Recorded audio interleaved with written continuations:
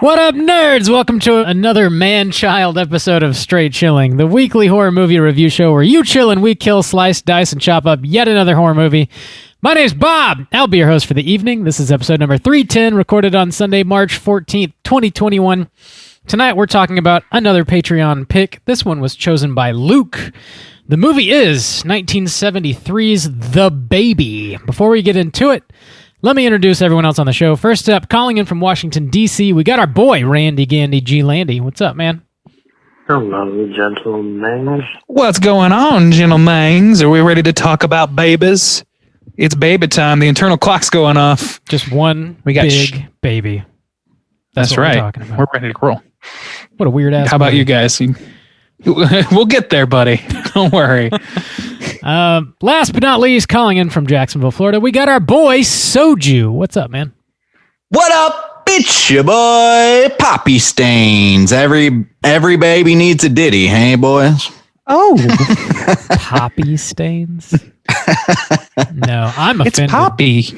Poppy seed stains? Do you prefer daddy stains, Bob? I know you have a daddy kink. Apparently, I've been told. I have a daddy kink. It's on record. Out of context. Let the record show. But on the other hand, I support incest. That's the best bump we have. I mean, no kink shaming. That's the rules here, right, guys? I made my feelings known. They're not in bump form or anything. Dude, but what is with these incest movies? This movie has some incest too. Like, how does this keep happening? No spoiler warnings, Bob. We watch horror movies, and that's something people find horrific. It stands to reason. Yeah, but this is like a new trend of movies that we're coming across, and they're all Patreon. This movie was made in the 70s.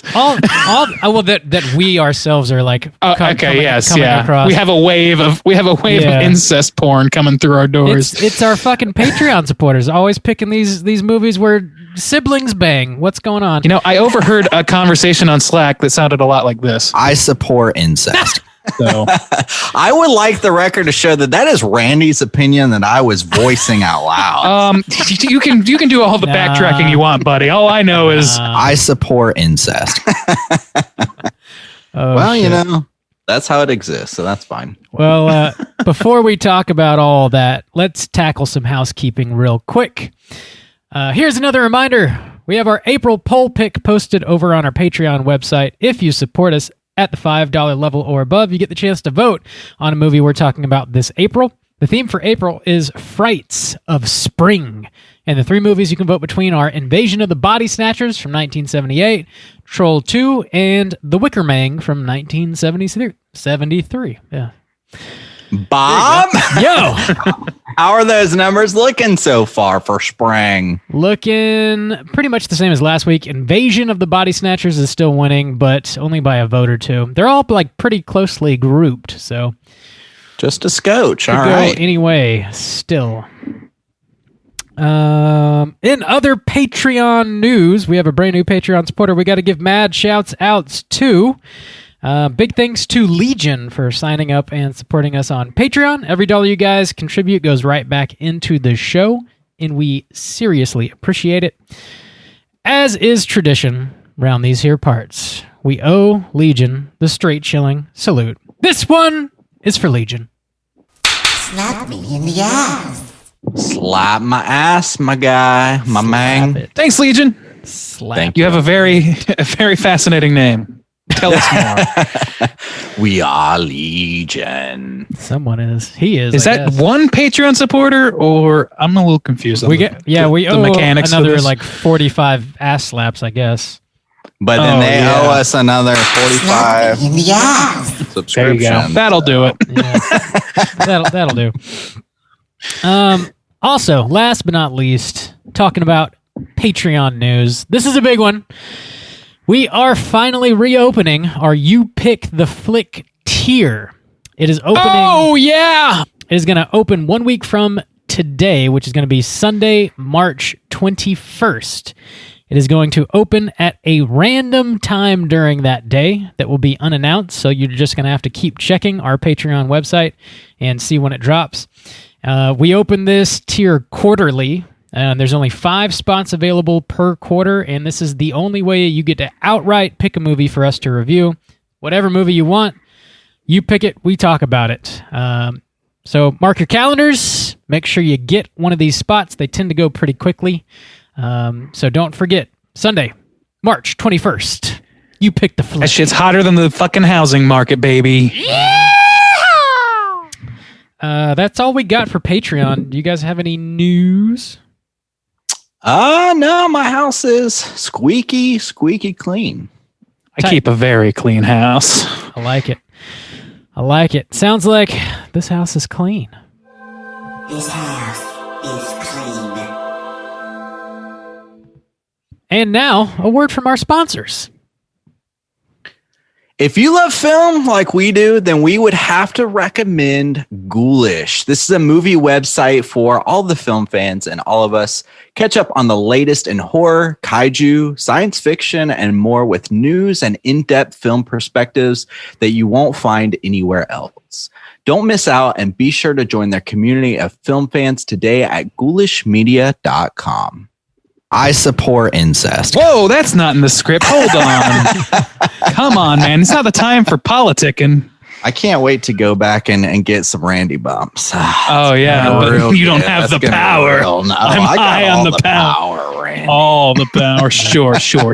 Wow. We'll see next week what we got. We'll see. Definitely. It's my boy, Dick. That's a good one for me. Definitely also check out Ghoulish Media, though. All things Ghoulish Media. Check it out. Yeah. They make a shitload of podcasts, a lot of really dope content on their website, some interesting articles regarding superheroes, kaiju, horror movies, all that good shit. Check it out. Ghoulish Media. Slam it into your eyeballs, your ear holes, all your orifices. Fill them to the brim with Ghoulish Media. To the brim. All their podcasts isn't penetrating you. That's a bummer. I was going to say all their podcasts are like very specific too in what they cover. There's a lot out there for a lot of different interests. So that's really cool. Hell yeah, there is. Mm-hmm. No matter what you're into, they got it. Even if it's incest. Ghoulish got you covered. Incest, apparently. Apparently, I don't know. Apparently, I'm in talks for one of their latest. Oh, wow. A very specific niche podcast. Oh, yeah. Incesting with soju. Oh, incest stains. Here we go. This is what they paid money for. This right here.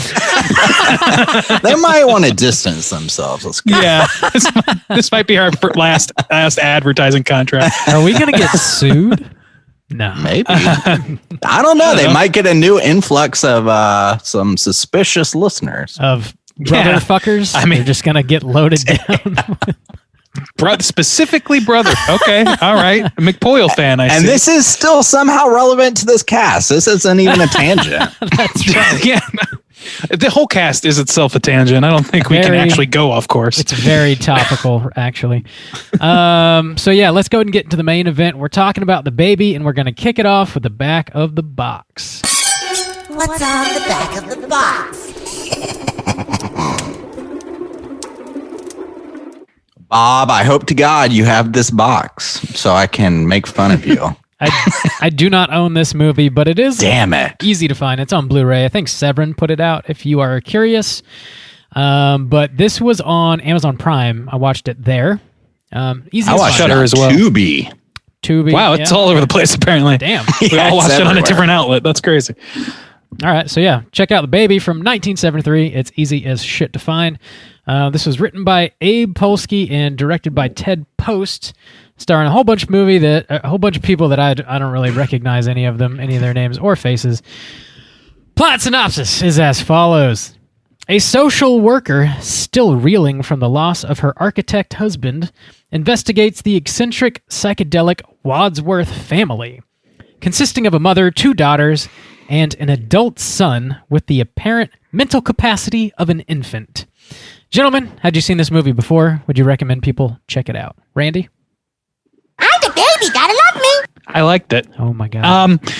This is a movie I had not seen. I very much have witnessed its poster, and it's I don't know. I've seen it listed on streaming sites many times, and obvious to see why now because it's on all of them. But yeah, as far as recommendations go, not a heavy recommend for me today. I would say that this is schlocky 70s psychodrama more than it is even straight horror. Not if you want to quibble about genre, but just so you know what you're getting into. There's a lot of front end to this movie, and there's a lot of sort of questionable things. Hindsight on this movie is not kind. Let's say that. Not a strong recommend. I can't even really put a strong qualifier on it. If you're a super weirdo, watch this movie. Sorry, Luke. Randy's being real rude. This movie made me a worse person. What can I say? Fuck. No, Juice, that's not true. How did this movie make you worse?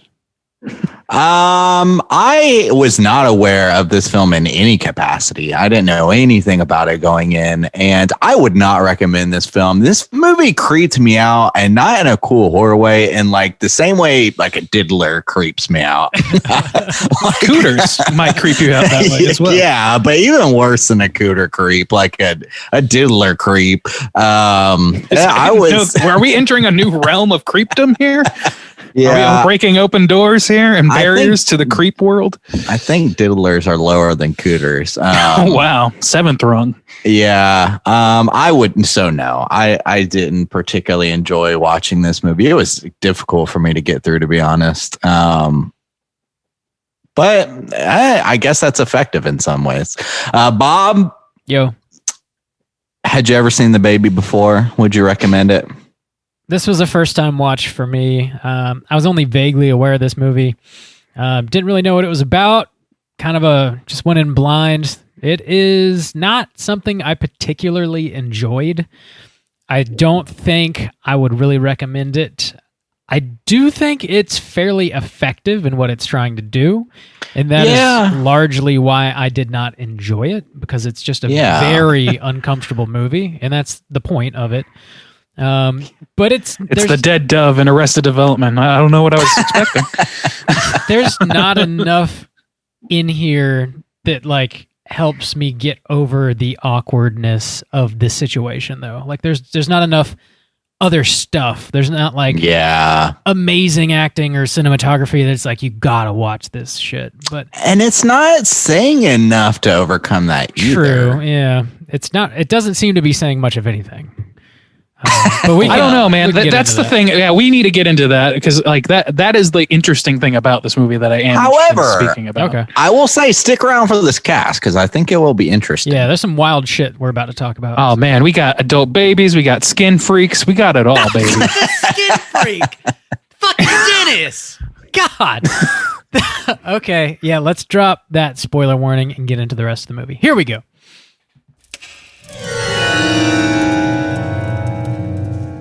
Spoiler warning.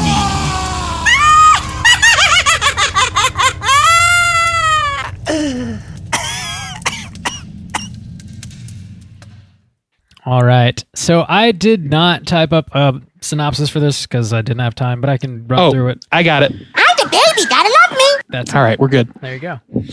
That's it. So our main character is a woman by the name of Anne Gentry. She's a social worker, and she gets assigned a case of the Wadsworth family, which I've already mentioned is comprised of like Mama Wadsworth. She's got two daughters that are they're probably like mid-20s. She got $2. She got $2. $100 a night. Pardon my fucking tongue. I'm exhausted and can't talk tonight. And then they got a big old baby boy. It's a happy family. The man-child, I guess, is suffering from some sort of brain damage, potentially. He's stuck acting like an infant because of something. So the social worker gets in there and she suspects foul play. She thinks this man is being abused by the family, and they're just sort of trying to cash in on getting money from the state to take care of him because, as the mom mentions, that's their only source of income. So we're sort of following Anne Gentry throughout this movie, thinking she's trying to really help this man-child out and bust this family for doing some shady shit. And they are definitely abusing this man, and they are doing some shady shit. One of the sisters, I guess, was at some point romantically involved with this child, and they like bang in his giant crib, which is super uncomfortable. Towards the end of the movie, we see Anne basically kidnapped the baby and she takes him home with her, and there's sort of a big showdown at the end where Anne straight up murders the entire family, and we find out that her true intention was to just kidnap the baby the whole time and take him for her own, because her architect husband is basically in the exact same boat as the baby. He's just a big old man-child that suffered brain trauma and is acting like an infant. So I guess now he has a playmate. That's how the movie ends. There you go. Everybody in this movie sucks. Except for the baby, I guess. He's just really abused. Yeah. But yeah, I guess really everybody does really suck a lot. Yeah. Yeah, there's a lot of suck in this movie, from all angles, really. Okay, so let's lay some groundwork here real quick. I did a little research into this because I have heard, we've had, in our kink calls before, we've had people call and mention to us that, they have a daddy kink, or they have, things like that. These things, really? are real. I mean, Lord knows you do, Bob. We are aware. We have. Whoa! Don't lock me into this. I course corrected. Don't worry. I won't misrepresent you. I support incest. Thank you, Ray. So, yeah. But all that aside, this there is like a subsection of the sexual world that I think they're called adult babies. I can't remember the acronym, but so it's a thing that people do, and generally speaking, from what I read, it's not that different from like just some people. Yeah, from what I read, so there's always about what Randy's read. Yeah, look, I'm sorry you guys have no interest in reading about fringe populations, but some of us care about everyone. So this is a thing that people do, and it's again, that's my litmus test is if it's consensual and they're adults, then it's harmless for the most part, and it seems like that's the case in most cases. I don't think that's what this movie's trying to do, but I think it's important because there's a lot of sexuality driven around this man, infant or whatever. And the thing about this movie is he's abused in so many ways, but not the least of which is it's implied heavily that he is kept in that mental state intentionally. So this movie has a weird push and pull between caring for the mentally disabled and or Munchausen by proxy. So I don't know, that's kind of what was interesting to me, is trying to define where that line is. How much of this movie it has to do, for those who don't know what Munchausen by proxy is, this is very much a layman's term. I'm not an expert, but it is when a parent or a guardian of somebody actively participates in making their child or whoever their ward is sick or sicker in order to reap benefits socially and in other ways. So there's been a lot of true crime involving this sort of thing where people are kept intentional. We talked about that movie Run that had to do with this. There's Gypsy Rose Blanchard, who is a real life killer or, whatever. She's involved with true crime involving a murder of her mother, who kept her, wheelchair bound despite being pretty functional adult until she was in her mid 20s. So these things exist as well. So I was trying to decide where Mrs. Wadsworth draws that line. Yeah, there's also a psychology aspect to this. This is something we talked about when we were in college, but the idea of even development, there was one particular case I think that was documented of somebody being completely isolated. Do you develop speech? Do you develop what can be developed? And once you get past a certain point, one of the things this movie deals with, she's I've taken them away, and you think maybe she's doing something good for this kid because she's trying to teach him to stand and walk, and she's I think he can actually function, the social worker. And so it's that kind of delving into that realm too, is if this person has just been forced to not develop through a couple different ways that they suggest, is it possible to save them? Is it possible to pull them out of that and stuff like that? I mean, that was kind of some interesting ideas that I was at least trying to attach to give this film some kind of merit. Yeah, and that's exactly the kind of thing I'm talking about. It's like a push and pull between that idea and the Munchausen by proxy. It's the idea of like, and that's the thing is like this movie isn't very clear about where that line is drawn. It's very interesting to try and suss it out, but it's like the man, like the development issue.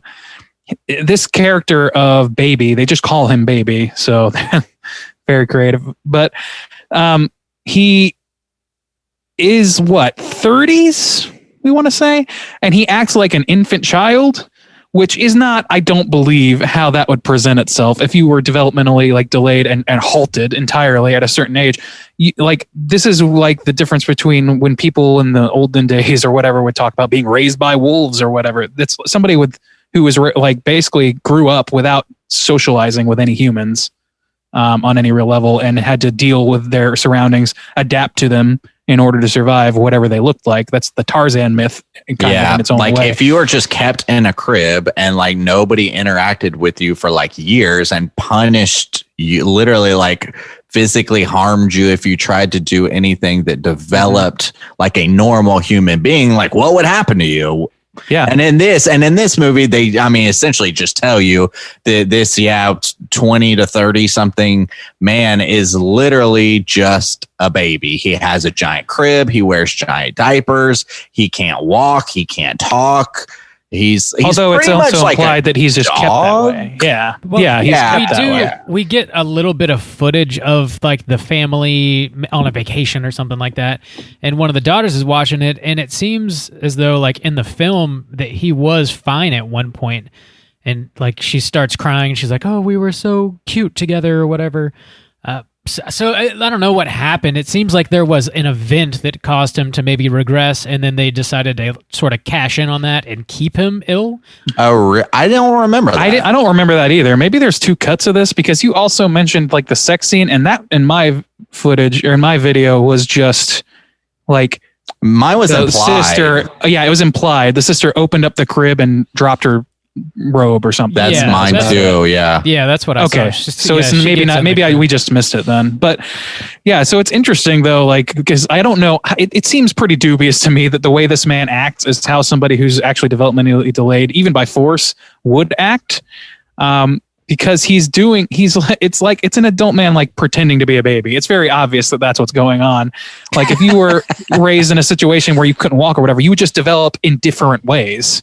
Do you know what I mean? Well, if you had the capacity to grow about. She's like, I don't know. This movie, I'm no expert. So the social worker like comes in and she's like, well, his legs look fine. But if you were a 30-year-old man and you never walked, your legs would not look fine. No, exactly. Sure. He's like, yeah, so, which is why her, like at the reveal of her husband at the end, that makes a lot more sense for that character. Like the fact that he would like act like a baby and be drawn to things that babies are drawn to, that's where it's dubious because like Becky works with developmentally delayed kids a lot of the times and they get to be older and they still have like mental blocks that they can't get past, but they're not acting necessarily like children. They're not necessarily like picking up teething rings and sleeping in cribs, partially because that's a cruel thing, but also because that's not how development really works as I understand it.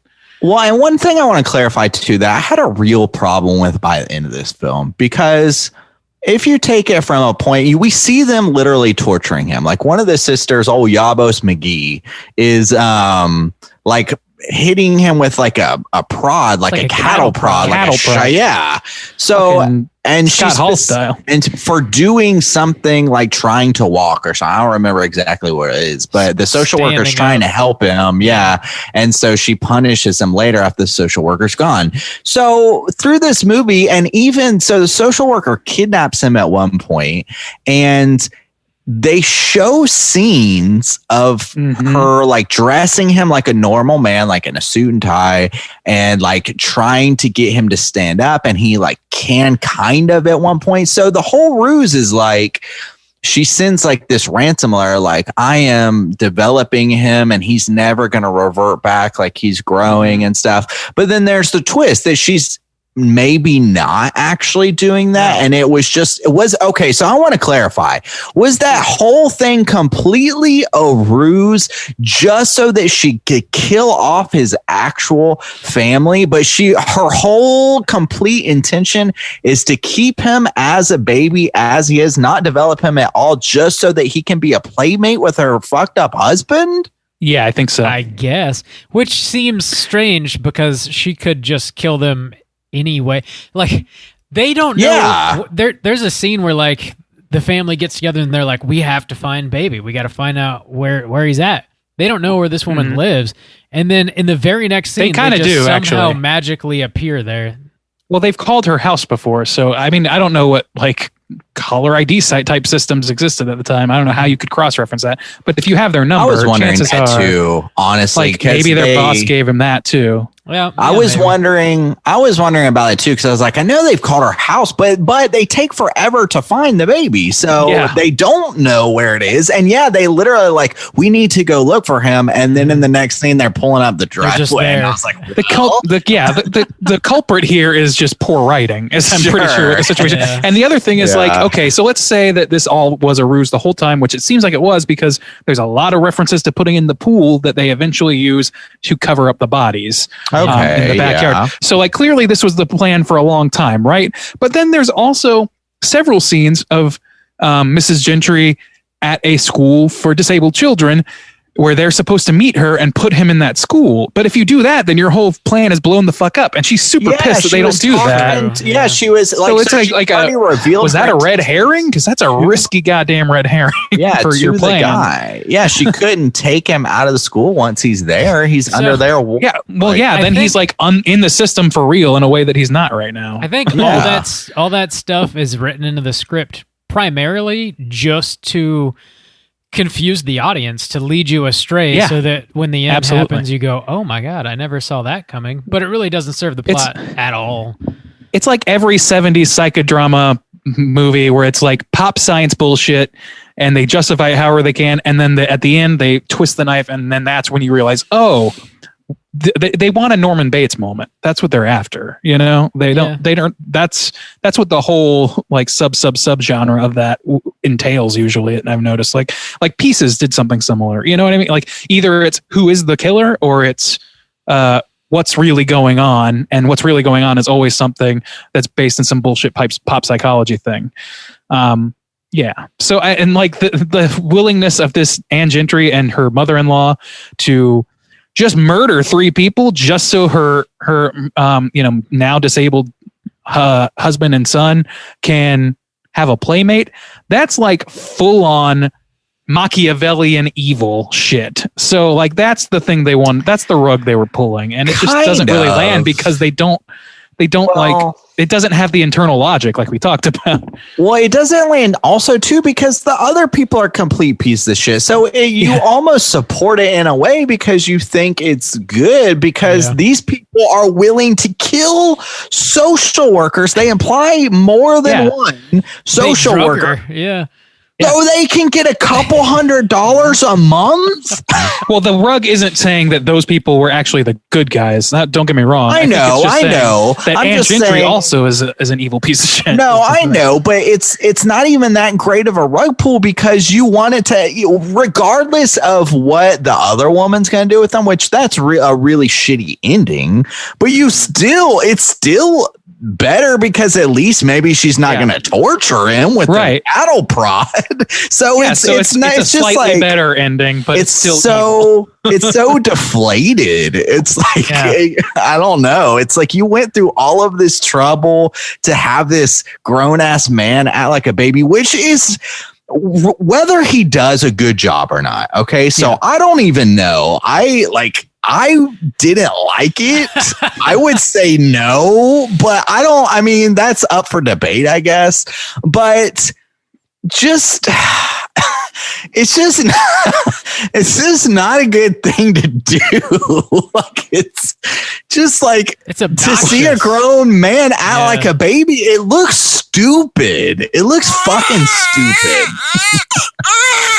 Yeah, that's the thing, and like, this whole thing is like he's abused front to back. Like there's no redeeming situation for him, with the exception of like the slight redemption of being, not even redemption, that's not the right word, but the slight improvement of his situation by the end of the movie by way of murdering the murder of his whole family of evil creeps, and then being forced into the custody, like unknowingly into some. It's very like saturated with bittersweet. Like if that's what they're going for, like it feels like maybe, I don't know if they were going for bittersweet or if it's just poor writing and they just needed a rug pull and that's what it is, and take it for however you want it. Like that's kind of the Pieces model, right? Where it's like, well, this is what actually happened, and you know, you can like it or not like it, but we're not going to spend time justifying it, you know?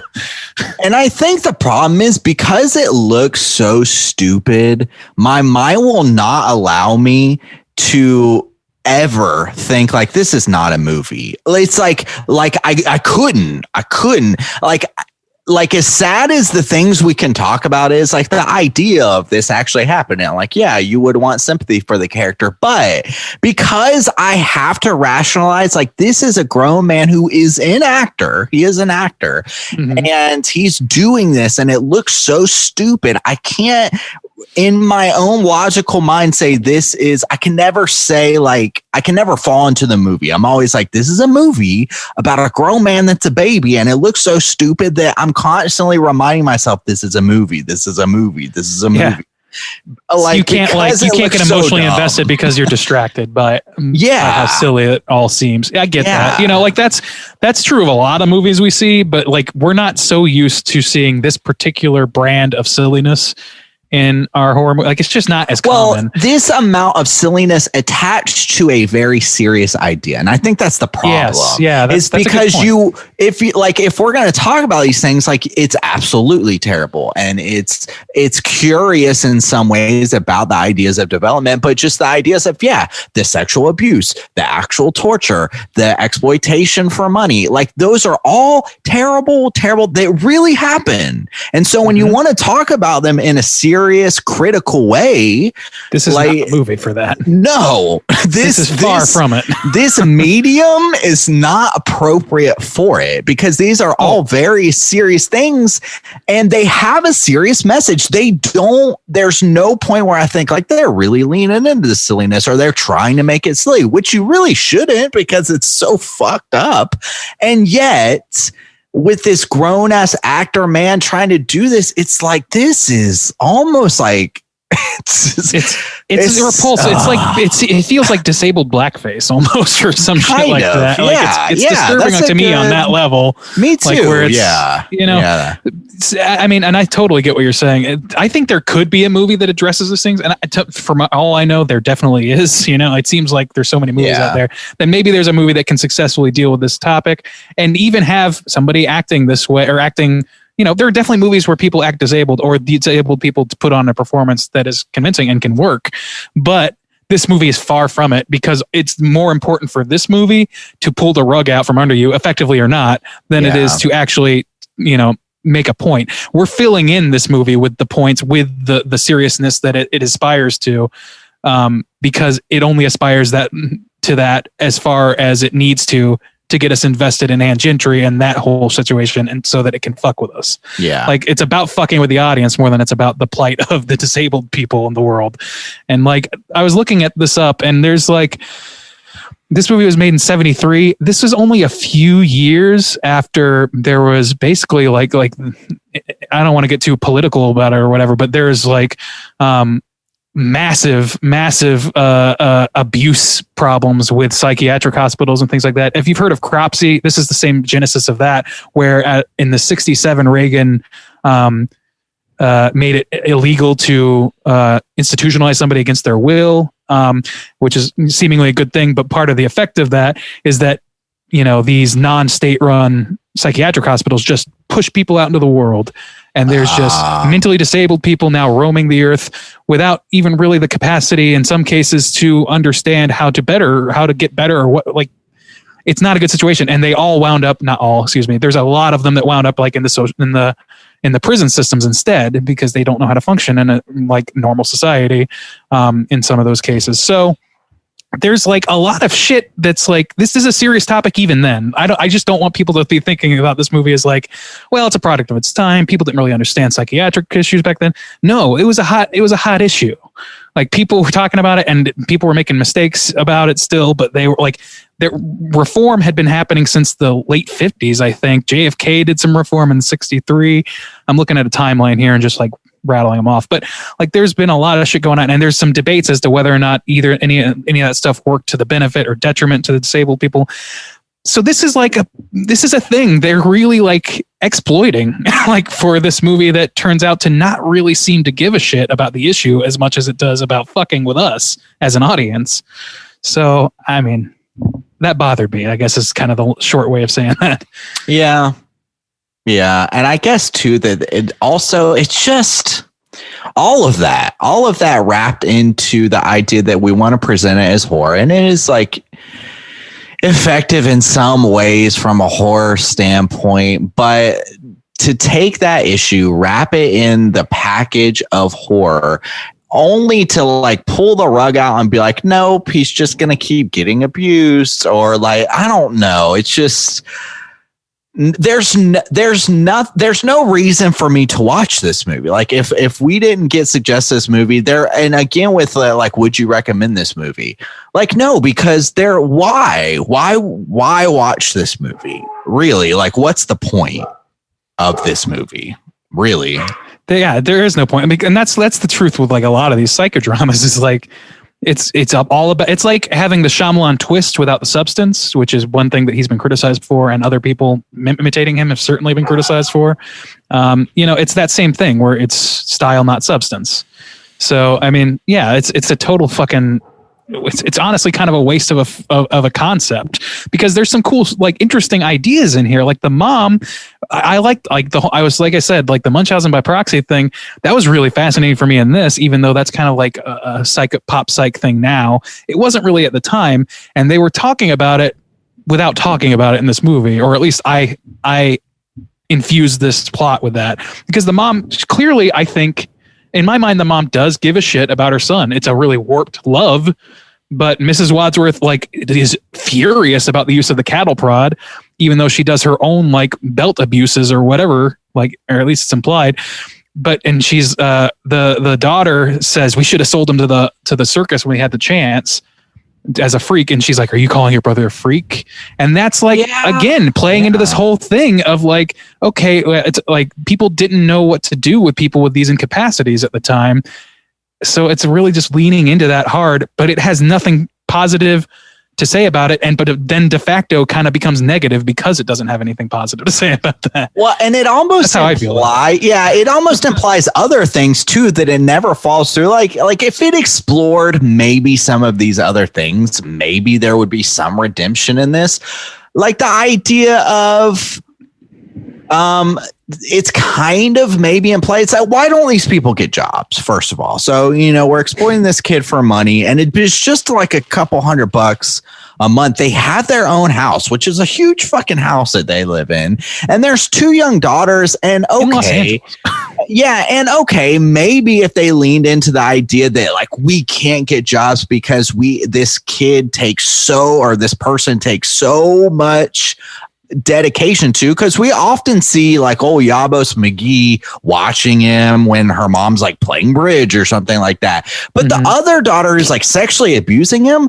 We never see her really do shit. So if they lean into more the idea of like this whole family has to rally together just to take care of this kid, and then that's where they take their frustrations out on, like, oh, I have to spend my whole life, I can't even get a job. But it's not, it's like they just all sit around, and they definitely can get jobs. And it's definitely partially like a grift on their part, at least on the daughter's part. I feel like the mom, Mrs. Wadsworth, has like a sincere psychological problem that she has de facto passed on to all 3 of her children in one way or the other. And so like but the girls, like, I think that what they have is like, they exist in the real world. Like, they're going out, they're doing stuff. They talk to regular people. They know Dennis the Skin Freak and all kinds of fucking people. And if any one of those people knew that they were cattle prodding their little brother, I got to think that they would know inherently that that's not okay. Yeah. So I think they're just like sadistic. And the daughter who's like fucking her own like disabled brother, I mean, that's clearly evil by any metric. I guess what I'm getting at is I don't know if Miss Wadsworth started out evil or just warped herself. And I think the daughters, though, I think they're smart enough, or they should be, to know the difference at their stage of life. And if they go out and fucking, like, one of them is an actress, the one who abuses him sexually is an actress, she could go continue to work and she does get her own place. Like, she said she does commercials from that. Like, I don't know. Maybe that was part of the lie they were telling the Gentry, but maybe. I don't know. To me, the read on it was I felt a little bit more sympathetic towards the mom in a fictionalized, even more fictionalized, unshown past version of herself, who she had trauma in her past, right? Their husband left her. It was her third husband, I think they said. Yeah. And they sort of like justify it that way. Are through different men. Right. So they're all half siblings. She has trust issues about men. She has this young boy and has a psychotic break, essentially, that, you know, she has her own mental health issues. Like, I don't think that the daughters have that same excuse. They lost their dad or whatever, but many, many people do without abusing their brother sexually or with a cattle prod. Do you think Miss Wadsworth was breastfeeding the baby? I don't know, but the whole thing with the breastfeeding, felt very exploitation-y to me, more than most other stuff. I wanted to bring that up. Thanks, Bob. Thanks for bringing that up, because here is something I found intriguing about how this movie is pulled off, because not only something we haven't talked about yet, and that Bob brought it up, is on top of all of this fucked up shit that we've seen, there's one other instance where they actually hire a babysitter for this person, an actual babysitter who's in no way related to the social system or this family. She's just like you would hire for a baby. Has this kind of reluctant, sexy call with her boyfriend. Okay. Where they're talking about if she's wearing panties and how they're going to hook up after her shift and stuff like that. Then she goes up to the room when the baby's crying and tries to have this man baby suckle on her breast. Yeah. And that's another thing. Is she kind of plays it like, I don't want this. But then she unbuttons her fucking shirt and it's like, what the fuck is going on? Yeah, and it's not implied that she's married or has had a kid herself and that she would even be able to breastfeed this child if that was even an option. And so it's almost played as another sexual exploitation, sexual abuse of this person.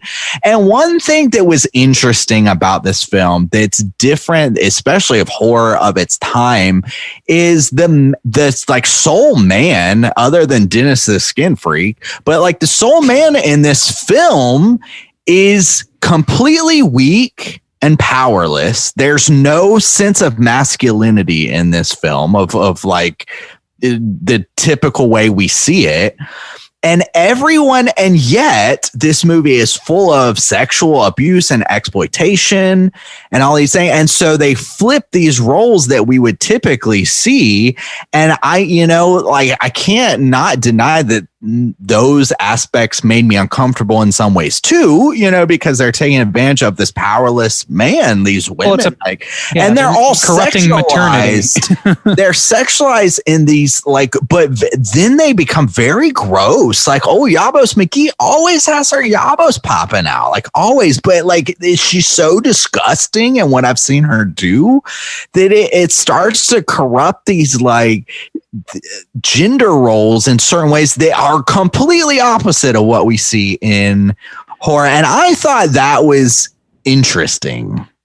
I guess I see what you're saying. I think to my mind, it almost smacks of misogyny in the writer's room, right? Because this is a man having his power taken away by oppressive female figures, and even the ones that are supposed to be helpful to him, or the ones that are poised to help him, only want to corrupt him even further. So to me, that's how I would read that. And I don't know if obviously I don't think you write that stuff intentionally necessarily at this point in the 70s, but maybe you do, because women's lib was a thing. They even had Dennis the Skin Freak say things, oh, you must be one of those women lib freaks, to Anne Gentry, because she says she doesn't want to have a drink with him. Can we just explain Dennis for a minute? The whole Dennis scene.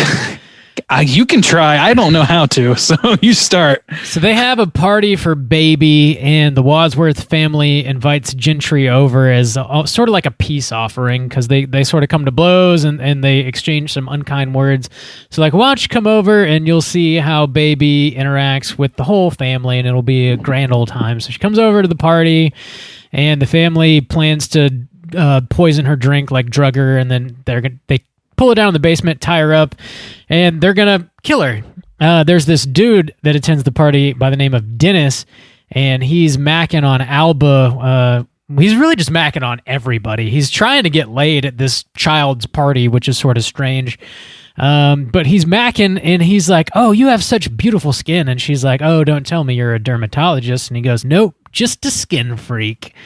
What? Who the fuck says that? Self-described skin freak. Just a big skin freak. I got a skin kink. You know me. I'm the big skin freak. That is something you say to somebody if you want to go to prison. That is not something you willingly say to endear yourself to somebody. That's legitimately. I mean, it's like, so. You're right. Like, the only other guy in this is like almost like giving off shades of Ed Gein going on. Yeah. So. It's not kind, really. You're right. There's something going on with gender here, and whether or not it's intentional is questionable, because the end result of that fucking with the at the time gender roles is so hard to discern. Like, what's going on there? I don't know. To me, it seems like it's just like, look how oppressive women are if given the chance to have power over a man. I feel like that's kind of being said in some level, but at the same time, like, the only other man in this movie is like has parallels to a psychopath himself. Yeah. So he's not tough to say. Yeah, he's not a good role model. Alba like out psychopaths him though. They're like getting kind of close. Yeah, definitely. Like laying up on the stairs, and she like pulls out this lighter, and she's like, "Put your finger in the flame." And he like kind of does for a second, and pulls it out, and she's like, "Keep it in there for a full minute."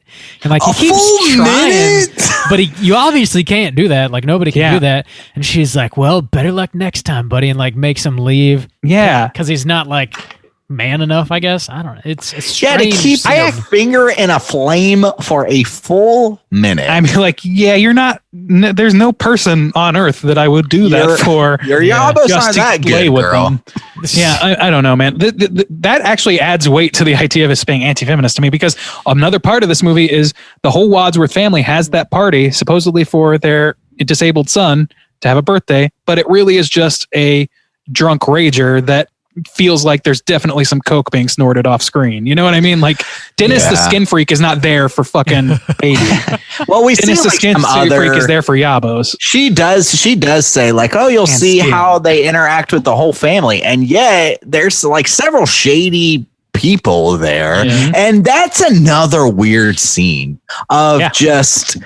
There's this party, and there are all these shady figures like dancing around and having a good old time. And then the man baby just crawling around. Yeah. And they're feeding and then them crawls away off their for like an hour. Shit, like it crawls into the basement and nobody notices. And nobody fucking knows. He can unlock doors. This movie, I want to point that out, because that was really the moment where not the moment, but it's a moment where I was like, okay, this is not how a disabled situation works. As far as he's able to like crawl down the stairs into the basement. Yeah, and he understands language. Like, there's several scenes where he responds appropriately to questions and answers, and he can answer to some extent. So, like, this, I don't know. Like, they are like, I don't know. There's Munchausen. I don't know what's going on, man. It's just too confusing to try and suss out what this movie is trying to get across, or what I'm trying to do anything at all. That's the conclusion I'm coming to. Exploitation movie. It's just trying to shock you, and that's this movie. This movie is it does so by keeping you confused. Yeah, it's somebody had an idea of a real fucked up plot, and then that's it. Like, I think we're trying to read into it more than the people that wrote it did, and we're trying to contextualize it around the real world issues, and it's not made for that. It's not built for that. It really isn't. It doesn't hold up, and it only hurts that conversation probably. Yeah. In the shock of the movie is not shocking enough. It's not a spectacle enough to overcome the lack of substance at all, in my opinion. You know what I thought too? It's so easy. It's so easy to make this movie better than it is. True. Yeah, Like, there's a lot of easy workshops you could do, right? yeah, it's so one thing, just to harp on this movie a little more, how shitty a job they did is I really do think because so it was so clear to me, that there was some kind of twist coming with the architect husband. I mean, they set it up in a way to where she says like, oh, my husband was brilliant. And they're like, was? Like he died? But then she says things like, oh, I spent Saturday with Roger or whatever. Like there's this whole thing like, okay, so they hint at it. So I was thinking, okay, maybe this woman stole this man's body. I thought there was going to be some kind of sci-fi shit where they switched the minds, like maybe he was a vegetable or in a coma or like something where you switch the mind or something. That was going to be occult witch shit. And yeah, and just even the poo fart of a damn, yep, he's also in the same state. And so now they're going to be playmates. It's like, what a weak, wet fart that was. The poo fart. A poot. It's just, it doesn't work, man. It just really doesn't fucking work. So everything about it sucks. It's like, I'm the baby, gotta love me. There are trying to judge this movie by like what it's trying to do, which is to shock you, make you feel disgust. It does succeed in that. Like if you don't read into it at all, if you're not trying to get anything else out of the movie, it does succeed in doing that. I guess. So it's not the mark of a good movie, though. There's movies agree, but I'm trying to you're not saying that, but meet the filmmakers on the level, like trying. I understand. Yeah. Read more into the movie than the people that made it. Yeah, you're trying to approach it the way the filmmaker approached it. The problem is that the filmmaker approached it with haphazard, like sadism almost. I don't know. I don't think that this movie. I think that the most interesting things about this movie are the things we bring to the table for it, and that's the truth. I don't think there's a whole lot that this movie offers beyond a premise that we can build on as people discussing it. And that's not good. Yeah.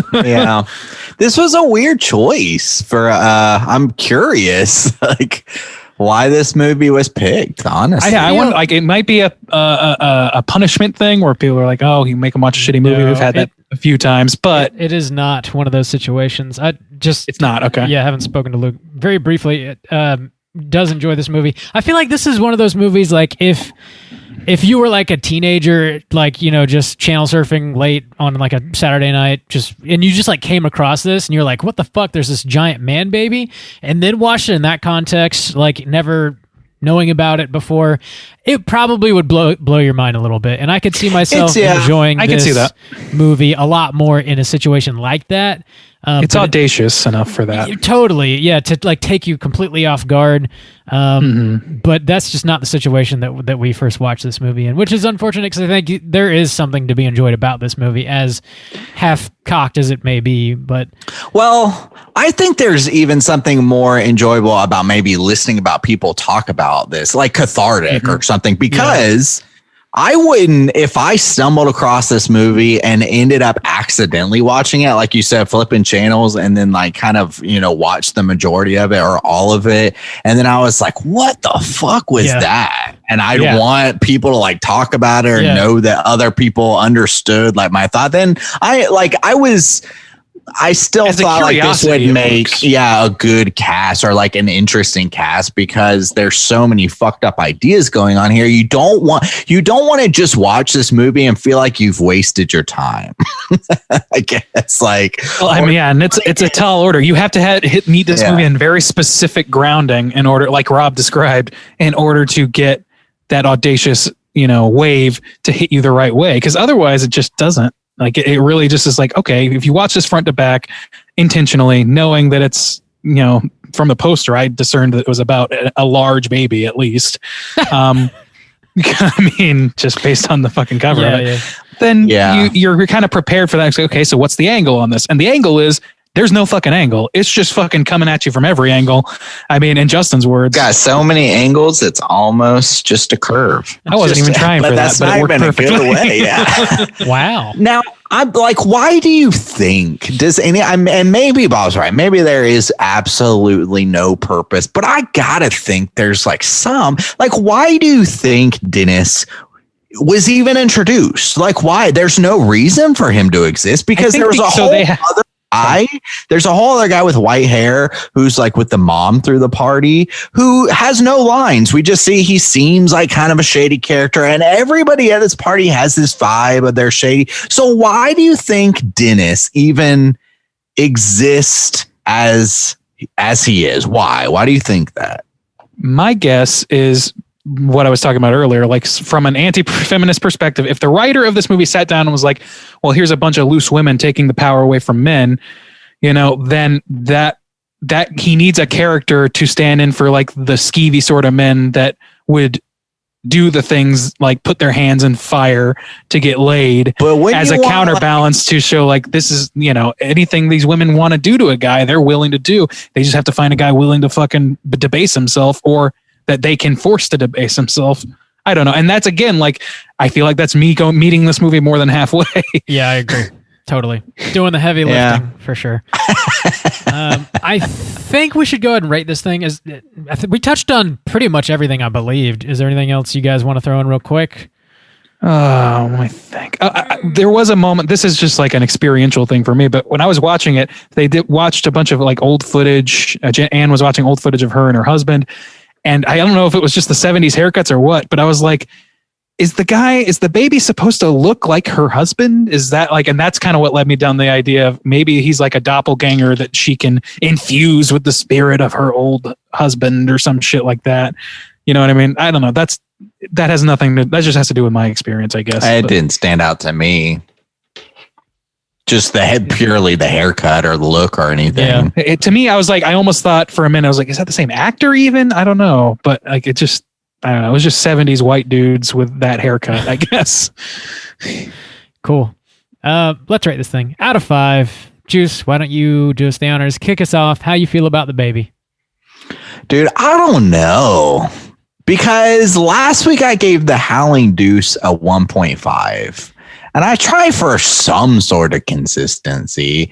But this movie, I just didn't like hardly anything about it. It was so weird to watch and it made me so uncomfortable. And there was nothing for me to like take out of it, to like take home with me once it was done. I mean, I was curious about watching this movie, but other than that, I'm not curious to talk about it like on the cast, but I just never want to watch this again. I don't want to think about it again. It's the way that they execute so many things in this movie is bad. However, I will say though, if you take a grown man out of this movie playing a baby, which is the most disturbing and thing that sucks me out and, reminds me that this is a film and is like exploitative and stuff.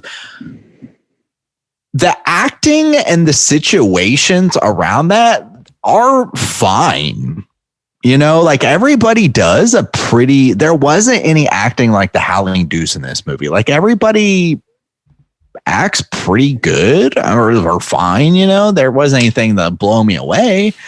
And even the situation, I guess, of like hiding their body in a pool or like I said, when I thought she was trying to do good by the guy, like I was like, okay, there's something to this.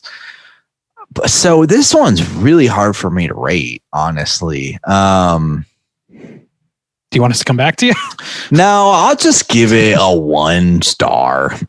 I guess I don't know. This one's kind of an enigma for me, to be honest. This is one of the hardest ones I've had to rate in a while, but I didn't like it. I didn't enjoy it. But it wasn't like a complete piece of crap. Like, oh, this cinematography or, oh, this acting is just dog shit. It wasn't. It was all mediocre fine, except that this man, the situation and the way that they have this man doing it's like was so troubling to me that it just wasn't pleasurable in any way to watch. So yeah, 1 star I think is fair enough for The Craft.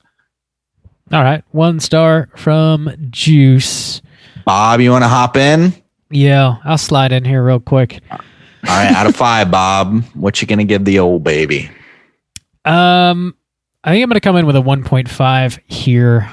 I didn't really enjoy watching this. It is generally effective, like I mentioned, in the shock value that it has. It's got some pretty horrific moments, not in like the classical sense of horror movies, but it's just like watching this man-child be abused time and time again by multiple people. It's effective in that it grosses you out. It turns your stomach a little bit. But it's just not like that. Seeing that play out over and over again, it's just not very enjoyable. And there's really not enough surrounding that to justify sitting through 90 minutes of it for me personally. Kind of tough to get through. Definitely a little bit of a spectacle here. Like I mentioned, if you happened upon it accidentally, I could see it blowing your mind in some way, but in this context, it's a 1.5 for myself. Randy, how you feel? Not too differently from you guys. I think that this movie, the most interesting things about this movie, like I said, are the things we're bringing to the table. And we've had that happen before. But on top of that, for me, this movie irritated me because some of the things at least some of the lenses I was looking at it through were not very kind to the film makers. You know what I mean? Like it wasn't like, I can see this through an anti-feminist lens. I don't like being like anti-feminist lens though. I don't like, what this movie has to say, if that is the case, which I'm dubious that it was intentional. But even if it was, then I'm meeting it more than halfway just to give it a point against itself. So to me, that drops it away for that makes it like less than The Howling 2. Since Justin brought that up, I gave that a 1. And I think that one, as flawed as it was, The Craft was not nearly as good as this movie, which is a low bar. Wasn't. But it was far from it. But it was less viscerally annoying to me. You know what I mean? So that loses half a star for me. I gave that movie a 1, as I recall, Rob. Is that right? You got the book? Yeah, you did. Yeah. You said solid 1. Okay, yes. So this is a 0.5 for me then. I think that's fair, using that as my metric. This movie actively annoyed me through the act of me trying to give it the benefit of the doubt. I actually hurt my feeling towards this movie. So that's not good. But on the positive side of this, it did make me think of some interesting things. It did make me actually look up the history of psychiatry in this country a little bit and find out a little bit more about it that I didn't remember or know.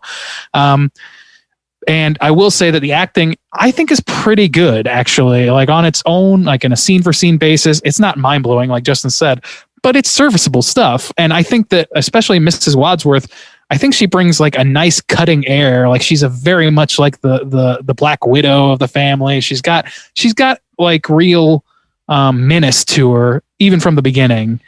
And I think that's pretty, like she does this like interesting, she looks kind of like Liz Taylor. So maybe it's channeling some of that energy too. It's like of her and Cat on a Hot Tin Roof or something, where she's just like subtly jabbing at shit or subtly like saying shit, double talk towards people, towards Anne particularly. And then eventually she's like, calls her a bitch. And it's like a little Dallasy, So I don't know. I wanted to praise those things because those things did work. The editing worked well enough. Like on a craft level, it does follow. It's just bad writing, and it's even giving it the generosity of meeting it more than halfway only made it seem less good to me. So it's a 0.5 for me. I was pretty not chill with this movie. Yeah. All right. 0.5 from Randy is going to put our aggregate at a solid 1 star. Let's jump into our Rotten Tomatoes segment and see what the critics and users think about The Baby. Certified fresh to death. All right, bringing it back. Here we go. Rotten Tomatoes segment. The way this works, ladies and gentlemen, is that I'm going to ask these two to guess within the best of their ability what the aggregate scores are for both critics and users on RottenTomatoes.com. We're going to start with critics, and there are only 15 here. Only 15 critics, so it's not certified one way or the other. Doesn't have enough for that. Hold on. There's something in the way here. Okay, there we go. Yes, so we'll start with Bob this time. Bob, what do you think the critics gave this film? I can't imagine they were very kind to this movie. Mm-hmm. I'll take 25%. 25%. Okay. Soju, how you feeling about it? I agree. I can't imagine that this is positive. I don't know. 25 is pretty low. I'll go slightly higher with 30. 30. Okay. Well, Soju, I think even you will abstain from the hell yeet when you find out that the actual score is 93%. 93%. Is mind-blowing to me. Maybe we are stupid. Did we miss something? It's very there's no maybe. We are stupid, but we're that stupid. We miss a lot of things. Yeah, well, I don't know. So I'm going to read all but 14 essentially out of 1 person out of 15. One rotten. I'm going to, and a lot of these are relatively modern reviews. The negative review doesn't say anything. The older, the rotten review is not say, doesn't have a quote listed, but I'm going to read because I'm more interested in the positive reviews here anyway. So I'm going to read a couple of these, and maybe it'll bring us to Jesus. Who knows? This person wrote, "The Baby, though marketed as horror, plays out like a deranged woman's picture. It's melodrama modulated to the rhythms of errant maternity." That's written in 2018. That was written. Maybe we should have got a woman. Dude, yeah, this is maybe we fucked up, and maybe. Would be far from the first time. So all right. Read a couple more positives. I'm really morbidly curious. Oh yeah. All right, here's one. "There's a master's thesis on The Baby waiting to be written, and I'll be first in line to read it. But not because I expect to find the film's provocation tamed or its utter bizarreness gently folded into the seething swamp of things that make us go, I don't truly understand what that's even saying." Yeah, I don't think that, dude. We are definitely stupid. So, I mean, one more. Give me one more. I'm trying to find one that actually we can comprehend as dum-dums. Are all these critics trolling? Are we being trolled right now? Maybe. I don't know. They're from all kinds of places. Like that last one was from Film Comment Magazine.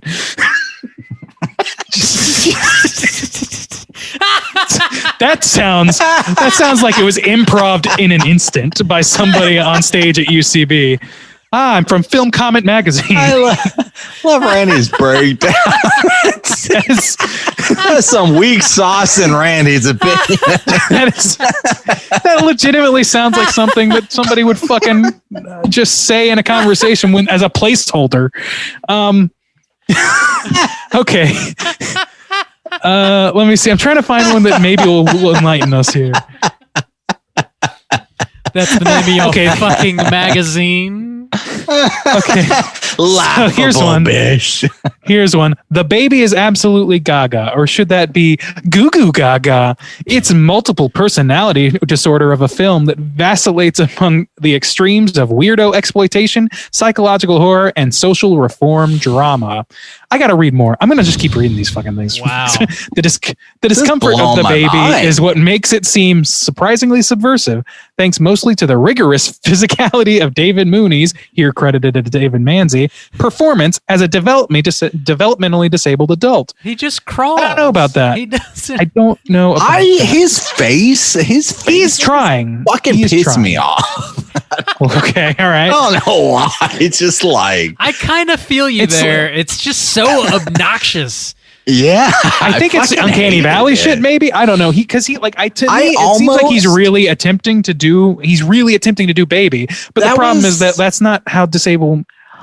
That's not how that works. It's almost like I was mad at him for making such a terrible decision. Like, why did you take this film, you fool? Like, what? Apparently, because it's amazing. God, apparently. Oh, here's the true answer. The film has the look and feel of a TV cop drama and a politically incorrect, outlandish storyline that couldn't be filmed today. It's like, okay, that's what it really is for people. Is that it's just shocking, and it's just something that you can't, and something that people would frown on today. Therefore, it is good. It tells PC culture to fuck off, so I love it. Fuck your feelings, bro. Here's a guy acting like a baby. You owned us, bro. You got it. Nothing like holding up a all right. Anyway, man-child. let's go on. Let's go on to the users here. Let's go to the user score. There's over 250 here, so there's a bigger sampling, not a huge sampling by any means. But we're going to start with Soju this time. What do you think the users gave this film? I have no fucking clue now. I fucking don't know. 1,000,000,000%. 93% is blowing. Oh, I thought you were saying 93%. No, dude, I don't know, man. It's fucking 50. 50. Okay. I don't 50 know. From Soju. Maybe it's right down high, the middle. maybe it's low. Bob, what do you think? 51, $1. I don't know. 51. I cannot believe nobody did the comedy number in this situation. Let's see. Rob, you are going to take it, and you might actually earn a hell skeet because this is a 53%. 53%. Give me that hell skeet. Oh. Give me that hell skeet. No. Eat mesquite, Bob. Give me a hell skeet. Oh, Eat mesquite. Give me a hell skeet. Hell. And the push and pull of the yeet skeet. Hey, Bob. No. Yeet mesquite, bish. Yeet. I'm gonna yeet your ass. Oh my God, this is the worst feud ever. Okay, I know you will. End of segment. All right, thank you, Randy, for doing tomatoes there. We got a new clip from Bob. Let me eat that ass. Juice, is there trivia on this movie? Yeah, there is a bit, which is kind of interesting. Totally time for trivia. It's totally time for trivia. All right, this is another thing that fucking bothered me, so I'm glad it's in trivia because I forgot to mention it. The remastered edition of the audio track is not the original track from the film. The original track contained the actual sounds made by David Mooney during the film. The baby sounds came from his performance and not canned baby sounds. The original track must have been lost and later baby sounds were added. Which both are bad. I definitely think they should. Like, I wish so much that they had his actual voice, because if you are going for a developmentally disabled person, that's true. Then that's how that would be. Like, if you're gonna touch on this from a social perspective, you damn well better have your shit together. And for what I understand about it, they really fucking don't. And I could be way off base. If somebody knows better than me, please call in. We're gonna give our number later on. Let us know how wrong we are. I would love to hear another perspective on that. Yeah. True. David Mooney observed children with special needs in special schools to research his role as baby. So, I mean, this dude tried. I still feel like it was a poor decision on his part. Here's something that kind of goes along with what Randy was just saying, which I didn't really think about before, but it disturbs me in another way, I guess. David Mooney shaved his whole body for his role as baby. But if he were just a regular man, he wouldn't be smooth like a baby. No, he just wanted to be smooth. I can't blame a guy for that. Your body wouldn't be physically, oh my God. Unless they had a scene where the parent, where Mrs. Wadsworth was shaving his ass or some shit. That doesn't make sense. Fuck. Damn, I'm glad that doesn't exist. Yeah, that's the Snyder cut, of course. It took about a year for writer Abe Polsky to convince Ted Post to direct the film. Post was reluctant to make the movie because he found the dark premise to be too negative. Now, follow this up with the last piece of trivia I'm going to do. This is so unfortunate. Oh, no. Uh-huh. Wait, I don't know. Oh, so I'm This is confused. I'm confused. I'm just going to read it and then you guys can clarify for me. We'll make sense of it for you. Okay, cool. Yes, please. This was Todd Andrews' final film before his death on November 7th, 1972 at the age of 57. He died 7 months before the film's release. Now, I originally thought I assumed that was the director, except the trivia I read before said Ted Post to direct the film. No. So who's Todd Andrews? This says it was Doctor. He played Doctor. The Doctor? The Doctor. Oh, okay. I just assumed it was the director. Okay, so it wasn't as interesting as I thought. That's still unfortunate. Yeah, very. Died at 57. I don't know, Damn, man. Maybe that's I'm young. It's possible that I'm incredibly off base, and I'm starting to feel the weight of maybe being very wrong about a very serious thing. So please set me straight. I mean, if I had a problem being wrong, I wouldn't be fucking freewheeling like I am all the time. We are not always. But I do want to know the truth. Like if you know better than me, please let us know. I would love to not be talking out of my ass about this. Please correct Randy, not me. Oh wow! Thank you, Juice, for the trivia there. You know what time it is? It's time to go hunting. Oh yeah. Straight chillin'. Cooter of the week.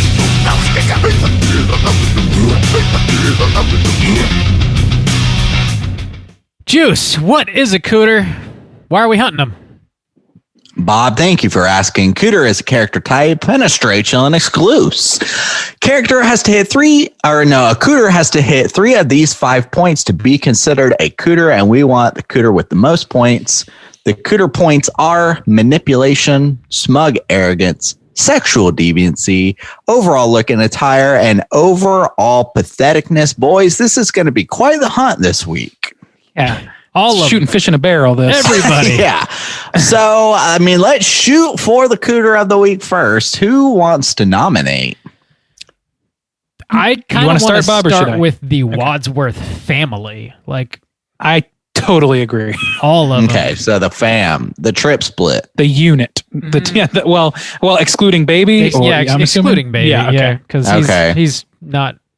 He's all fucked Right. up. The wicked stepmother and stepsister. So the collective cooter. We're talking collective cooter this week. Yeah, so it'd be the three women, the three Wadsworth women. I mean, they sexual deviance. Mama Wadsworth may be breastfeeding. We're not totally sure, but one of them is definitely banging the man-child. We know that for sure. Yeah. And the other one that's not banging him is just abusing him physically with a cattle prod and shit like that. And that's kind of manipulation because and you could, I guess, attribute them somehow. They're punishing him to keep him underdeveloped. Right. But that's manipulation. We definitely see it physically manipulating him with the cattle prod. So maybe the mom's doing it in a different way. We don't directly see, I guess it's implied a lot, but so we'll say manipulation for the cattle prod, sexual deviancy for the banging him in the crib for sure. Yeah. What else we got? Very pathetic. Oh, because the whole thing is pathetic. Using this man kid to get money to live off of. That's fucking terrible. And not even a lot of money. Yeah. Just a little bit of money. And there's I don't know, there's the insane reticence to even attempt to make the kid, better in any way. They're very upset with the prospect of Anne coming around trying to get him to stand up, which, needless to say, doesn't even play into her actual intentions. So what the fuck? But I don't know. I think that the whole family hits a lot of these fucking points, as a unit, certainly. The smug arrogance of doing this. Arrogance. I think the mom hits probably the biggest on the smug arrogance. Definitely. She's the queen bee of this whole fucking hive of fucking murderers and slavers, it seems like. Yeah. So each one kind of represents a different cooter point. Mom, smug arrogance. And manipulation for all of them, I think. Sure. Yabos McGee for manipulation with the cattle prod. Yeah. And the other unnamed one whatever. Jermaine is the name. Jermaine as the sexual deviant. Yeah. All right. There you go. My girl Jermaine. Now, how about look and attire? Can we give that to the old Yabos McGee? Those things are always popping. They are torpedoed. she's I don't not know, man. Like, I think she's it's like not like dressed weird appropriately for clothing. yeah, she's not. I mean, yeah, but the Part other of it's the ladies' time, boobies part aren't of it's popping all the time. But that's also another fucking thing, actually, about like an anti-feminist reading could reasonably say this was around the time where it was like, if you were a feminist, you were called a bra burner because you don't wear bras because it's oppressive. That's like a thing. Just yeah, saying, I wanna bring that up but if they were all doing it, then maybe. But it was just the one. well, you don't have to have like everyone doing that to have a representative of that. It's like I guess you don't have. Yeah, I'm gonna say nah. I'm gonna say no. Okay. What about overall patheticness? Who's the whole most family? pathetic? I think them out of the three or out of everybody. Well, I guess because they can't even get damn jobs. Yeah, they're all pathetic.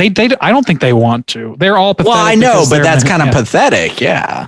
Yes. Yeah, it's pathetic that they are that. It's pathetic that three married to the capable idea. people are just like living off this man-child baby, and that's the way they feel like the only way they can just live life. Like that's Dude, I think the girls are pathetic. The daughters are pathetic because they just fucking go like they're also in their own way abused into doing this but they enjoy it because like they have been rewarded consistently for doing they're this not thing. the bottom rung. Yeah, But like it's hyper pathetic for Mama Wadsworth because that is like clearly a psychotic break she had having to do with her distrust of the men in her life. And at least that seems to be the implication to me. And then like her need to be cared for and all that, or to care for something and have social clout again with people for being a quote unquote saint for taking care of her son who shouldn't even need that much care. It seems like. So I think that's pretty pathetic to me. Like the Munchausen aspect is very, very fucking pathetic. I think we caught him. I think so. Well, I would also add Anne Gentry to the mix. I don't want to make this go too long, but Anne Gentry with her like really fucking stupid manipulation, True. pathetic planning, really fucking pathetic. Looking at tires fine. Sexual deviancy. I mean, we don't really see anything to imply. No, I don't no. think there's sexual purpose behind this. Smug arrogance. I think there's a lot of arrogance behind the idea of thinking that you are actually the hero of this story when this And your plan is to also murder when- 3 people. And when she wrote the letter, that's some arrogance right there, like taunting people. Like, just leave it alone if you really wanted to, like, not kill them or whatever. So smug arrogance with the letters, manipulation with their whole plan. And we didn't even talk about stepmom. We don't know much about her, but she's pretty smug, arrogant too, I'd say. Mm-hmm. I thought, like, even when she went to, like, we saw her in the last few scenes. Oh, no, yeah. She was wearing this weird stuff. robe that very much made me think of, like, I thought it was like, okay, so this is a cult. She's the queen witch or whatever. She's the supreme and they're going to do some culty shit. But no, it wasn't even that. She's just wearing a crazy ass fucking dashiki or some shit. She's kind of like Cooter light. Yeah, we just don't know enough. But if she's all going along with Anne and she's very adamant about it and almost like coaxing Anne into it, it seemed like, I think she can package in as well and be a collective Cooter in that. Did we learn? She says it was her fault that her husband is in that state. Did we learn what she did? I don't think we did. No, I don't think so. I don't think so either. Okay, I was going to see if I could attribute anything to that, but I don't think we did. So, okay. Yeah, I guess it's not important. I mean, who to say what's important about this movie? All right. Well, we got them, boys. It's the old fam. What's their name? The Wadsworth women. The Wadsworth women. All right. My girl Jermaine. Wadsworth was a man. Good hunting. You know what time it is? It's time to let our hair down. Getting into the social hour, talking about what we've been watching this week. Hey gang, what you been watching? Hey Randy, what you been watching? Oh man, it's been again another light week for me. We've been doing a lot of shit around here. I finished Murder Among the Mormons. Very surprising ending to that. Well, Right. really surprising second episode, I would say. That's where the real surprise was. Oh, yeah. And then the third episode just sort of like tied it up, I guess. I don't know what to say about it without spoiling it, but it is a pretty shocking tale. I would argue that maybe it's an hour and a half's worth of material that they squeezed out 3 episodes of for some reason, but they did it, and it was a fascinating story. So if you're interested in true crime, check it out. rewatch rather, Coming to America. Becky had not seen it, and I was trying to prep for the sequel, which I'm excited for. Yeah. We haven't watched that just yet, but we have watched the original Coming to America, which I forget how sweet that movie is. It's like, it's not the laugh a minute, like slapsticky thing that my mind always wants it to be when I see it scrolled through Netflix or whatever. It's a much more sincere, straightforward movie about, and Eddie Murphy's character is just like a sweetheart. And it's like more romantic comedy than I ever give it credit for in my mind. That's a tough line to tread when you're doing a movie like this, where there are like really like blue jokes and shit like that, and people dropping F-bombs all the time at this point in time. The McDowell's thing is so funny. The acting in this movie is so good, and I love it. I think it's a fucking great movie, and I'm reminded just how how deep that well gets for this movie. It's a much deeper well than I give it credit for. And then last but not least, Becky threw on a show that is pertinent to our lives right now called Marriage or Mortgage, a fucking reality show that made me a worse person. I've seen that advertised. I don't know what it's about though. It's people trying to decide whether they should invest money into a home for them and in some cases their children, because they're living in, a much too small apartment or whatever, or use that $35,000, $25,000, $50,000 for a single day party called a wedding, which is the most fucking infuriating. I just hate that fucking thing. And it's a cultural thing. It's more than these people, but it's like, God, there's the fact that that's even a question is fucking ridiculous to me. Your wedding can be anything. Your wedding can be you and your fiance going down to the beach and saying, all right, now we are in a committed marriage. That's what it is. Let's go use this money to fucking buy a home for our daughter. I don't know what the fuck these people are thinking. It just made me so mad. And I was like riffing on it Mystery Science Theater style. And Becky turned to me and was like, you are being so mean to these people. That's for Becky to say that at all is I don't know. It's eye opening. I was like, oh man, maybe I'm actually regressing. My will my goodwill towards humanity is just evaporating by watching these people, get drunk on moonshine and then take a private helicopter tour and then decide, you know what? Yeah, we'll do that for our wedding. And then just leave a fucking home, leave their daughter in a fucking 1-bedroom apartment with them. Frustrating to me.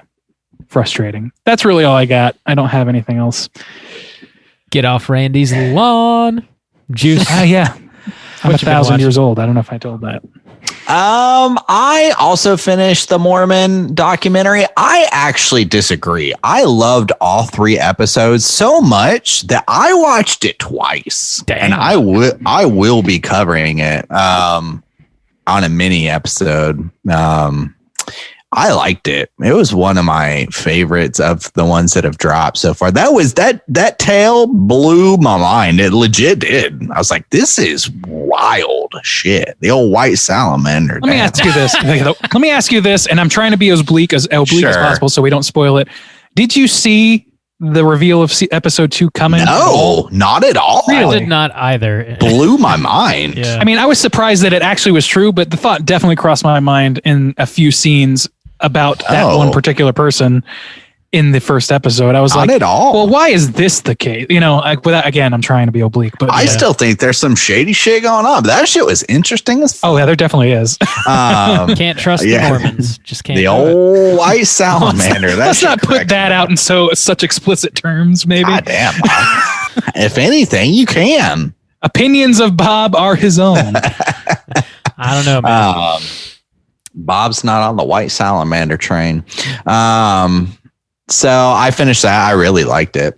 I had mentioned a while back I was on the Zelda kick. I ended up playing A Link to the Past, which is one of my favorites. I fucking love that game. And also I played Link's Awakening. And in doing so, I've been watching a ton of clips of the remastered version, and it looks so damn amazing. It is It is an amazing game. Anytime I get stuck on a puzzle and I have to like look something up for recommended, they're showing the new game, which they pretty much kept everything the same, which I'm fine for. Yeah. And it looks so fantastic. It's unbelievable. As a huge Zelda fan, like I'm so happy that exists. I wish they'd do like an Ocarina Majora remaster. That'd be there was rumors abound about that because the 35th anniversary of Zelda was like a month ago or something. But then they did basically nothing for it, which is hilarious. So much money. Yeah. It's just sitting there in the can waiting to be released into the world. They just gotta fucking do it. Instead, they're re-releasing Skyward Sword and fans were not happy about that. Lord, that game's one of the worst. Also, I've brought this up several times. It came out almost 2 summers ago, and since then I've watched it at least once or twice a year since then. So I keep coming back to it, and I almost wish in some way we could do a cast. I don't want to do a mini cast on it because I want to talk about some of these things, but I'm rewatching some of the segments from Love, Death, and Robots. Is that what it's called? Yeah. Does anybody remember? Yeah.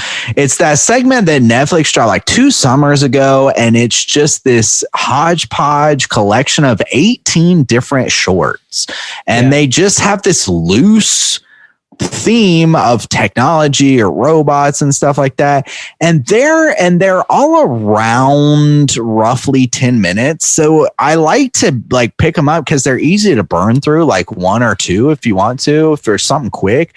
But there is some great horror stuff in there, and I say it every time, but I'm talking about like some of my favorite horror shorts I've ever seen, and like self-contained stories. I'm so impressed with how much some people are able to do with 10 minutes worth of time, their own animation style, their own, like, I mean, there's some cool fucking shit in there. So if you've never watched it, even though you've heard me talk about it for several years now, fucking watch that shit because it's cool. I really like it. Some of the segments fall flat, unfortunately, but there's 18 of them, and at least half are good.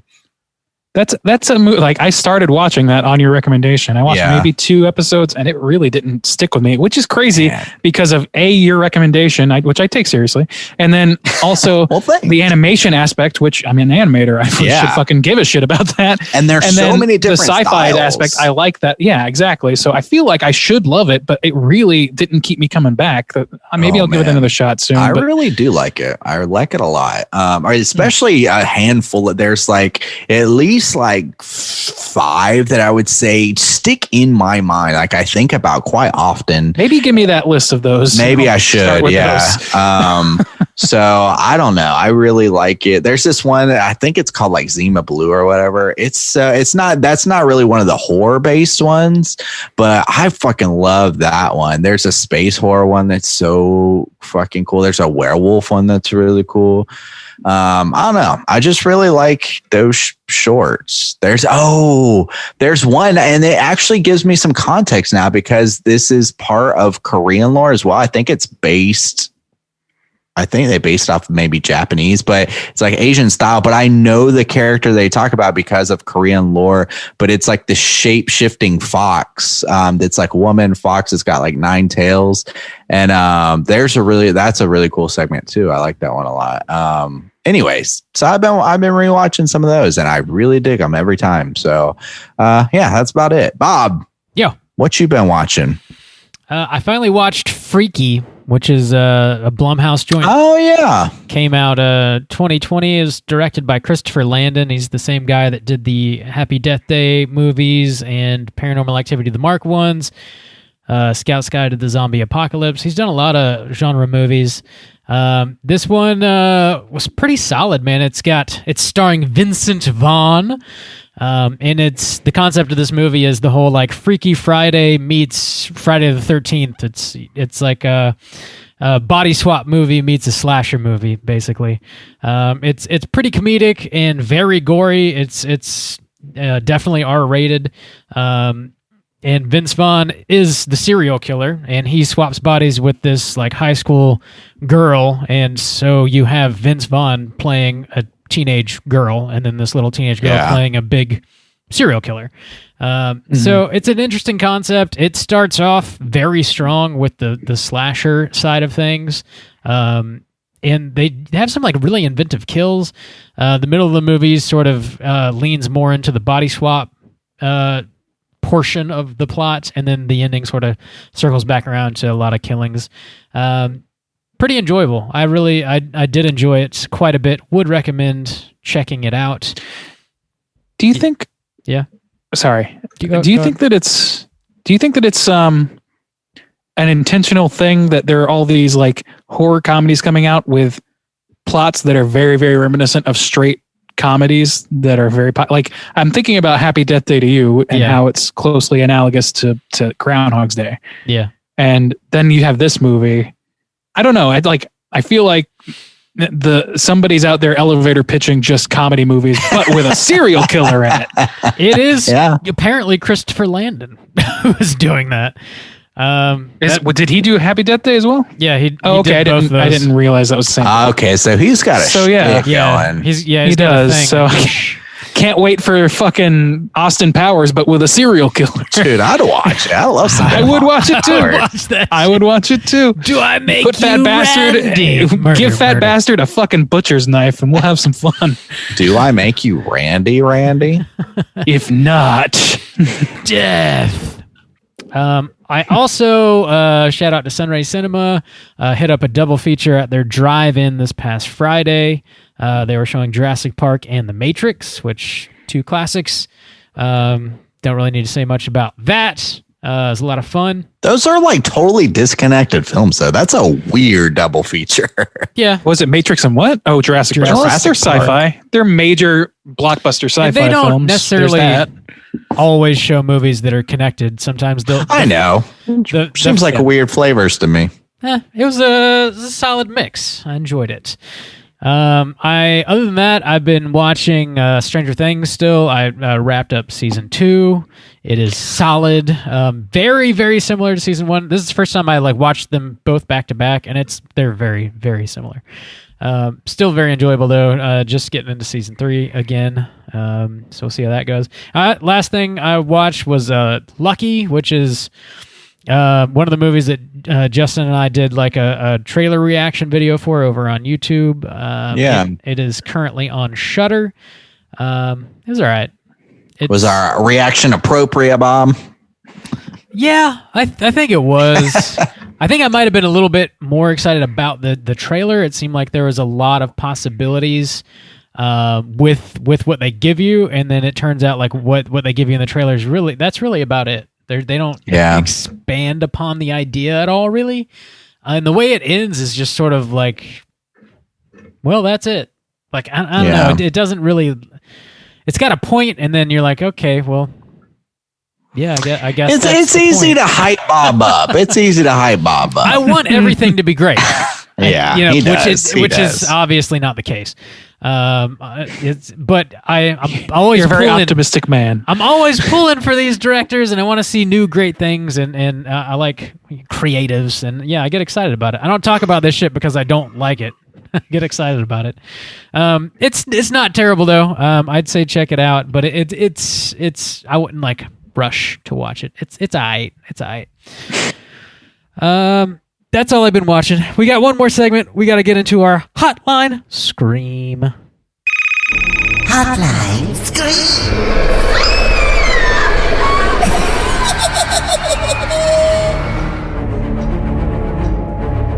If you are listening and would like to call in and leave a voicemail to be played on this show right here, hit us up at 904-638-3231. We got a few voicemails this week.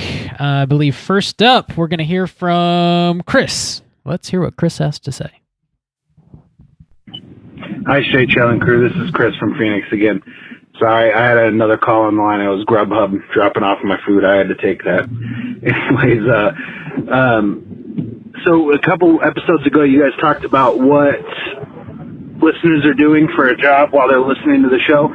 So you guys weren't around when I had this job, but it was when I would listen to podcasts and watch horror movies pretty much exclusively.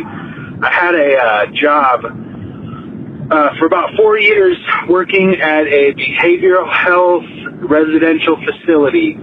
and the graveyard shift. So I would work from 7 p.m. to 7 a.m. by myself, generally. And the fun thing about this particular residential home was it was in a very rural neighborhood, or very rural area. It was like a 10-minute drive on a dirt road, middle of the woods, middle of nowhere, with about 10 to 12 schizophrenic people working graveyard shifts, middle of the night, watching horror movies. And it was a lot of fun. So I couldn't watch horror movies at home because I had my kids. They were really young at the time, and I didn't want them walking in and seeing horrific stuff. So that was entirely pretty much for those 4 years where I watched all of my horror movies. So I wouldn't have done anything different. That was a great time. Anyways, I had a question that I wanted to ask you guys. You guys talk about video games sometimes, and I've never heard you talk about Dark Souls, like the Dark Souls franchise. If you guys have played it, if you guys haven't played it, I couldn't recommend playing it enough. It's probably one of my favorite video game series, and sometimes if I got nothing to play, I'll just go back and replay them. The first Dark Souls, I think I've replayed about 7 to 8 times. And I didn't like the second one too much, but the third one was solid too. So anyways, all right, thank you for a great show. Talk to you later. Bye. Thanks, Chris. I really want to point out that it's crazy that we now have Chris here talking about his job at a behavioral health center as we're talking about this movie and having this discussion about mental disorders and things like that. Chris, if you have any insight and could set us straight or could back us up or whichever way it's going, doesn't matter. Give us a call and let us know how on or off base we are with everything we've talked about. Have you seen The Baby? Because what are your thoughts? Yeah, please tell us what you think of The Baby, and just give us whatever background information might help this movie make more sense to us if it exists. Please, that would be great. I would hate to just let a really shitty take sit there like a turd on a platter for all time just because we didn't ask somebody in the know. So please do. Also, Dark Souls. Has anybody played Dark Souls, Soldier? I thought you loved Dark Souls, Randy. No, I am familiar with it. And the way it's been described to me is it's Legend of Zelda for sadomasochists. Yeah, I thought you loved it. It was on the GameCube, right? No, I think I honestly don't remember now, but I think the first one was maybe on PS3 or something like that. Oh, really? Okay, I thought it was. I could be wrong. Okay, again, that's a total guess on my part, but I have not seen footage that looks way beyond the GameCube's capacity. Okay, but yeah, it's supposed to be extremely unforgiving and very difficult, and I don't know if I have the patience for that. As much as I love Zelda style action adventure, discovery based things. Yeah, maybe I'll just watch some gameplay. For the story. I'm not against giving it a try. Maybe one day I will, but I got to be ready for the challenge. And I rarely play video games for the challenge anymore. Now I play it for the experience, which is why I like shorter games now. Yeah, so I'm a wuss these days when it comes to my game choices. Yeah. Well, I've never played it, but I don't ever really play any video games. However, watching horror movies at midnight while you're at work, watching horror movies on the clock at all is pretty dope. So way to do that, Chris. For several years, I think that's called a winning. Yeah. Thanks for calling, man. It's good to hear from you. Let us know if you've seen The Baby, and let us know what your thoughts are. Be interested to hear. Next up, we're going to hear from Matt. Let's hear what Matt has to say. Matt, I see a Christopher. That's the one. Play that one. Okay. Hello, this is Christopher Reed. My sister has a hairy butt. Yep. What? Yep. That'd be Matt. That sounded like G-Baby. Are you sure that's Matt? Yeah. Actually, it definitely is. Pretty sure. Based on the phone number, yes. Oh, okay. It sounded like G-Baby to me. He's doing a little Is voice. that a bit that I'm not familiar with? Or I can't what? I guess it was like a Christopher Lee knockoff thing, because Christopher Lee. I heard Reeve. Me too. Okay. Me too. My sister. That's hilarious. This is his Christopher Lee impression. I asked for this. Okay, everything's clicking now. Yeah, that's right. Yeah, it all comes together, baby. Okay, full circle. All right. Sister has a hairy butt, which sister has a hairy butt. Apparently, he's into because they're locked in hell for all My of eternity. sister has a hairy butt. That's a terrible Christopher Lee. I liked it. That was pretty good. Thanks, you, Matt. Man, Thanks for obliging. Thanks for doing what Randy asked you to do, even though he forgot and didn't understand what was happening. You got to reintroduce us to concepts that we drop on this podcast, or else it's gone forever. It is very stream of conscious. We say a lot of shit, and we cannot remember. Sure do. It all. Can't. Very unforgiving to ourselves. Fact. Thanks for calling, Matt. Next up, we're going to hear from Logan. See what he has to say.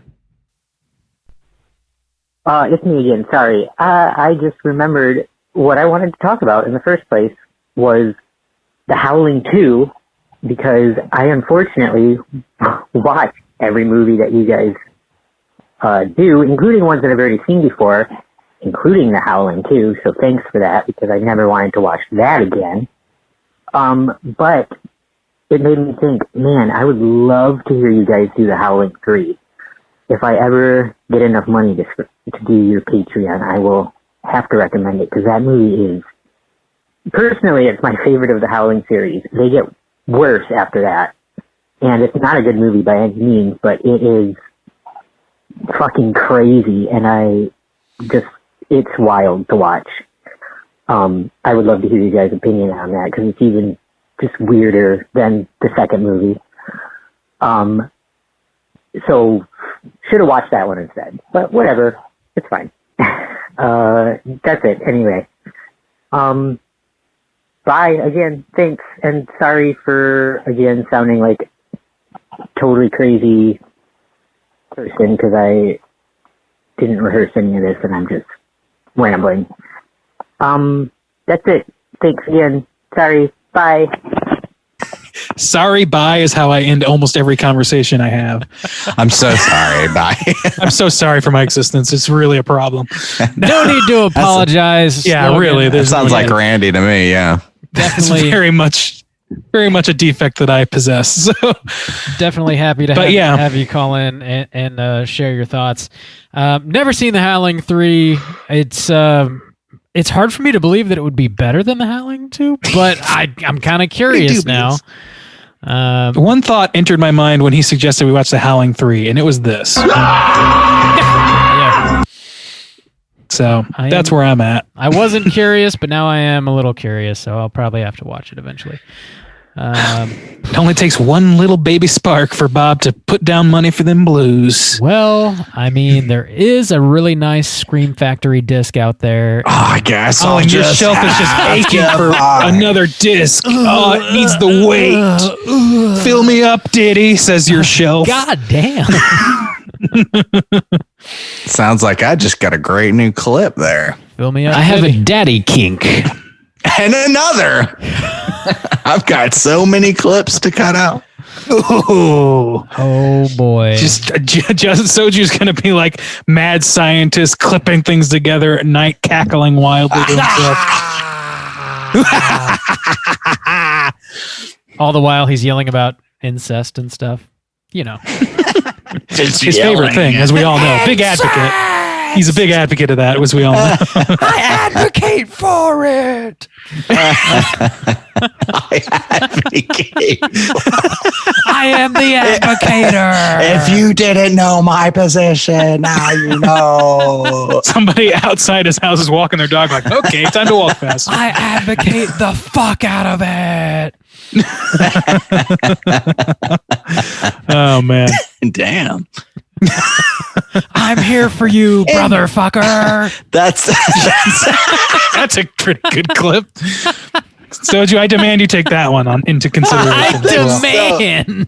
I demand. If you're going to be clipping for me and I'm going to be blowing my own ass up on this shit, then I might as well get some good shit. My own ass up.